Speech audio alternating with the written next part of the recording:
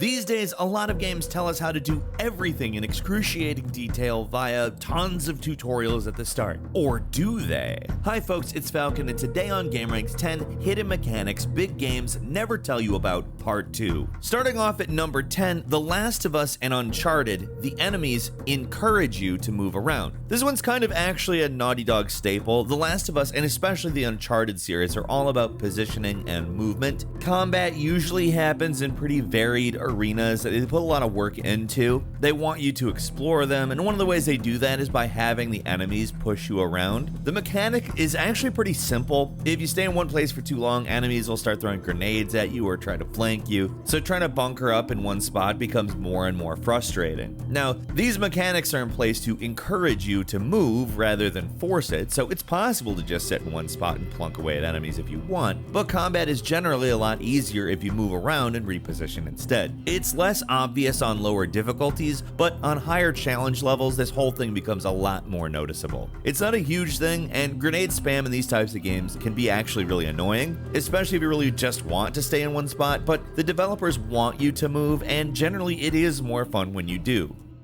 At number 9 is Monster Hunter's motion values. If there's one series that can give From's Soulsborne games a run for their money in confusing and unexplained mechanics, it is the Monster Hunter series. For this example, I want to give a big shout out to Super Slash in the comments for the previous Hidden Mechanics video for mentioning this. It's called motion values. In the Monster Hunter series, the number on the weapon isn't the actual damage it does. The actual strength of the weapon is determined by a ton of different factors, so a weapon that, on paper, seems to be much stronger than another weapon might actually be much worse depending on its motion value. Of course, motion value is just a part of how damage is calculated. It just happens to be one of the most notable parts. Basically, motion value is the damage modifier that changes relative to the attack animation. So, longer and slower attacks will have a higher modifier versus faster attacks which have a lower modifier. That's just the general rule. Some attacks aren't like that, but that's sort of the general idea. This is all dependent on the true raw damage a weapon does, which isn't the same as the raw damage that's displayed on the weapon stat screen, so all of this changes depending on which Monster Hunter game you're talking about.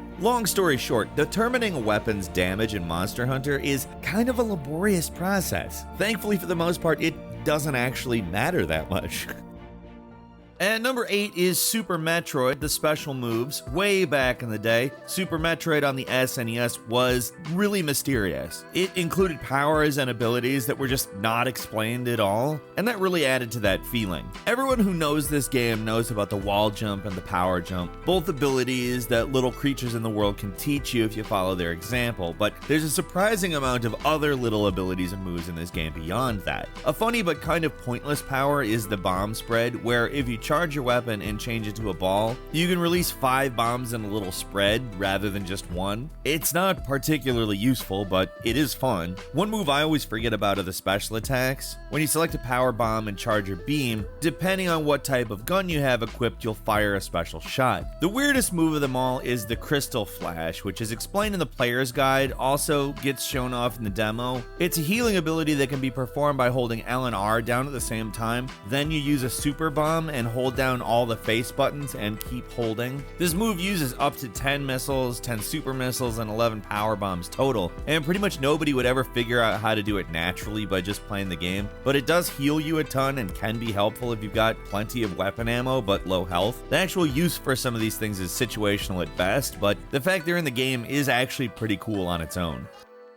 And number 7 is Metro series' moral points. Did you know the Metro games actually have moral choices in them? Most people at this point are probably aware of it, but back when the first game, Metro 2033, came out, this whole thing was totally unknown. Even though the system has appeared now in all 3 Metro games, it's never once been explained in-game. How it actually works is really simple. Depending on what you do throughout the game, you'll earn these moral points, mainly from either doing kind or merciful acts or learning more about the Metro. Generally, the game wants you to go through a place stealthily, and if you end up getting caught and killing a bunch of people, you don't get those moral points. Depending on how many points you get determines your ending, with the good endings of the games hidden behind high moral point requirements. Funny thing about these games is that even though they're called moral points and you earn them by doing good deeds, you can also earn them just by doing random stuff like playing the guitar or talking to random people in the subway. It seems like in general to earn the most moral points, you need to both fully experience everything the game has to offer and be a nice guy who knocks out guards instead of kills them. The only way you can tell if you got a moral point is if the screen flashes a second after doing something. There's no in-game way of tracking them, and the wiki isn't even entirely sure how it's calculated. It's totally possible to go through these games without realizing that there are other endings. Like, there's nothing that happens in the game that really suggests otherwise. I know I never realized this myself until the second game. That is how obscure it can be.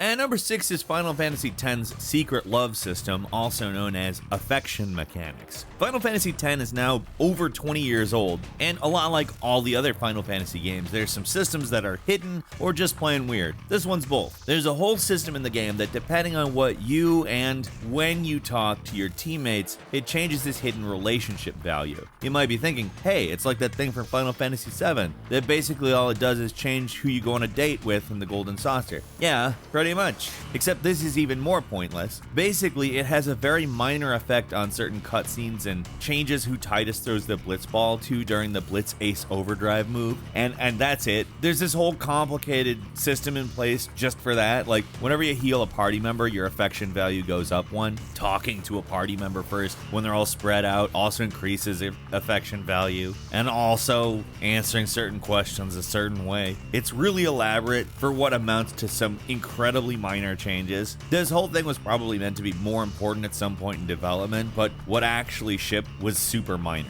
The whole thing's actually kind of funny. It's like, why is this even in the game? I don't know.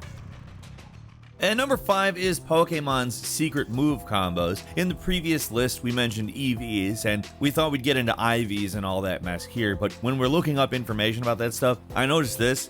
Certain moves actually combo into one another. Not like they synergize well or whatever, or like they just work together. No, it's that they have specific effects when used together. I'm talking about stuff like using Sunny Day to make Solar Beam change instantly, or if you use Rain Dance, then Thunder, it always hits with 100% accuracy.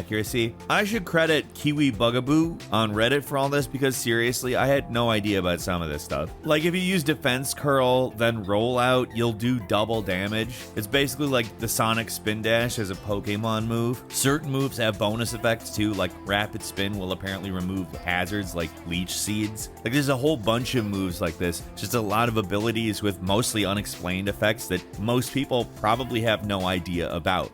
At number 4, in Dark Souls 3, you can parry projectiles. Now, it's well known in the Dark Souls community that a certain spell called Force will pretty much parry any projectile in the first Dark Souls game. This spell continues to appear in the later games, and works more or less the same, just not quite as well as in the original. Another fairly well-known mechanic at this point is the partial parry, which has also existed in these games for a while now. If you attack as a projectile is about to hit you, instead of taking full damage, you'll take a fraction of the damage. Actually pulling it off is a little tricky, and in general, it's way safer to just block, but it is possible even if it's not a full parry. With Dark Souls 3, it's finally possible to fully parry certain projectiles using weapons, or more specifically, weapon arts. For certain specific weapons like the Split Leaf Greatsword, the weapon art makes it so you can totally deflect projectiles. This only happens for a small amount of very specific weapons though, and only when you're using their weapon arts, but it is possible. It's just such an oddly specific thing, but at least with the Split Leaf, it can actually be pretty easy to pull off, and actually makes certain encounters easier. And this is only the tip of the iceberg for hidden mechanical stuff in Dark Souls games, but this is one thing that's really fun to show off with, so that's why we put it here.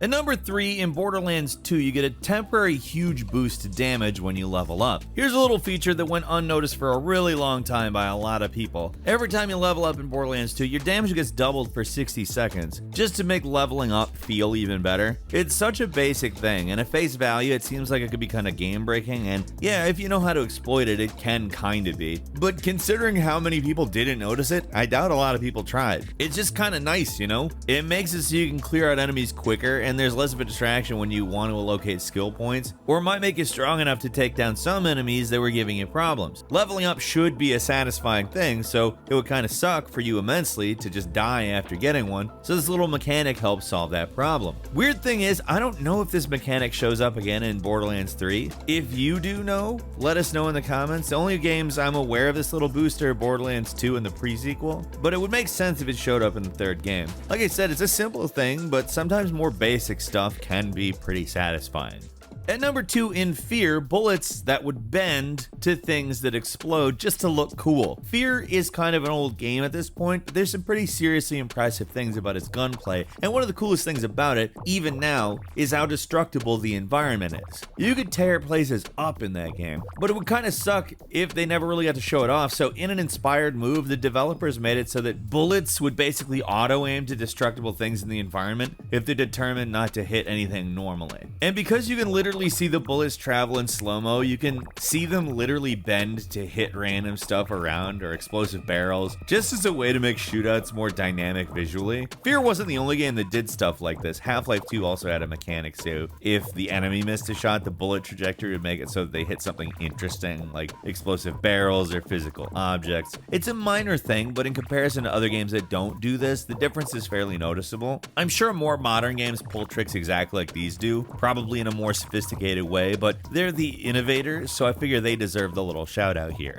And number 1 in Amnesia, enemies change their behavior to make things scarier. Now, an absolute classic of the genre, Amnesia invented a lot of what we think of today as modern horror game tropes. They came up with some pretty clever mechanics too, that both keep the game scary while at the same time making it less frustrating to play. The developers smartly realized that the more people actually die in a horror game, the less scared they get. The more actual mechanics of a game are revealed to a player, and the more you have to repeat sections of the game, the less immersed you become, at least for a game like Amnesia, which relies on some surprise. So they did a couple of things to up the tension. One trick they use is that the stalkers will always get as close as possible while staying out of your line of sight, and this is to make it seem like they're always stalking you, even if their AI is fairly rudimentary. On the other hand, they make things easier for you by making enemies slower when you're running away. This makes it easier to actually escape from them, and the whole thing being in first person, you'd never know that they're giving you a head start. It takes out a lot of the frustrating deaths while at the same time keeping the tension up. It's all just another